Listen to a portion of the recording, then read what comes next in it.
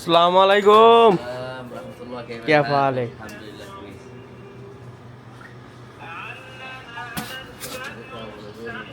अस्सलाम वालेकुम। سلام عليكم شنو صور حبيبي هي ভিডিও। আসসালামু আলাইকুম। আসলে অনেকদিন পরে সবজি দোকানে আসলাম কিছু সবজি নেওয়ার জন্য। আর যে সৌদিরা দেখলেন আসলে সৌদিরা ভিডিও করাটা পছন্দ করে না, কারণ তারা অন্যভাবে দেখে। তো আসলে আমার দরকার ছিল লাউয়ের। তো আসলে লাউয়ের যে পরিস্থিতি মনে হইতেছে সবাই মিল্লা চিমটাইছে আর কামড়াইছে। তারপরও আমার ২ পিস নিতে হইবে। তো আমি পছন্দ করতেছিলাম আসলে এর ভিতরেই থেকে মানে ভালো ২ পিস নেওয়ার জন্য। এটাই আসলে কিছু করার নাই। এর চাইতে আর ভালো পাওয়া যাইবে না। আর দেখুন তো চাইরোপাশে কি পরিমাণ যে সবজি রে ভাই! এটা বইলা বুঝানোর মতো না। মানে প্রচুর পরিমাণ সবজি, ফল-ফ্রুট অনেক কিছু থাকে সৌদি আরবের সবজি দোকানে।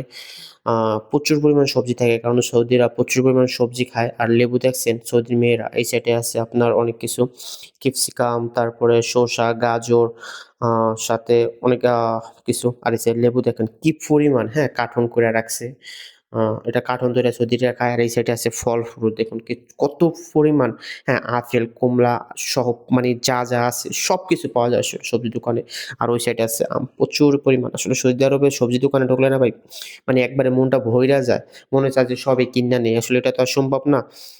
আর আমি ঘুমের তুইটা কেবল গেলাম। বাড়িওয়ালি বলল যে, "অনেকদিন ধরে বাজার করা হয় না, শাকসবজি কিছুই নেই, কিছু নিয়া হও।" আর আমার চোখে তো এখনো ঘুম যাইতেছিল না। বা এখনো আমার চোখে মানে ঘুম আছে। তো আসলে আমি কি নিবো ওইটাই বুঝতে পারতেছি না। আসলে আমার কি লাগবে? তো লাউ অবশ্য নিলাম। তারপরে সাথে আরো কিছু নিলাম। ধনিয়া পাতা লাগবে। তারপরে আপনার ওই আ রসুন লাগবে। আর এই সাইডে দেখুন কি পরিমাণ ফল। প্রচুর ভাই। সৌদি আরবে সত্যি সবজি দোকানে গেলে মনে হয় যে না একবারে সব কিইন্যা নেই। মানে সবই আমার লাগবে এমনটা মনে হয়। তো আমি কিছু প্যাকেট করতেছিলাম। প্যাকেটে ভরতে আছি। আহ পছন্দ মতন। দেখি কি নেওয়া যাইতে পারে বা কি নিতে পারি।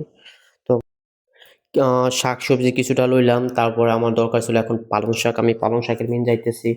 আসলে পালং শাক দেখার পরে সত্যি আমার মানে যে অবস্থা মনে হইতেছে কি একবারে সব পাইক্যা গেছে। মানে তেমন একটা না, কিন্তু বাড়িওয়ালি বইলা নিছে যে পালং শাক খাইবে।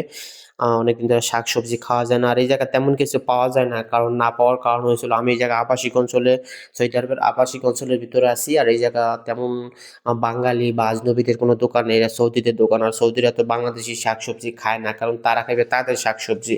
এই কারণে তেমন কিছু পাওয়া যায় না। আসলে আমাদের বাংলাদেশে যেরকম বিভিন্ন রকমের শাকসবজি পাওয়া যায়, ওইটা পাওয়া যায় না বা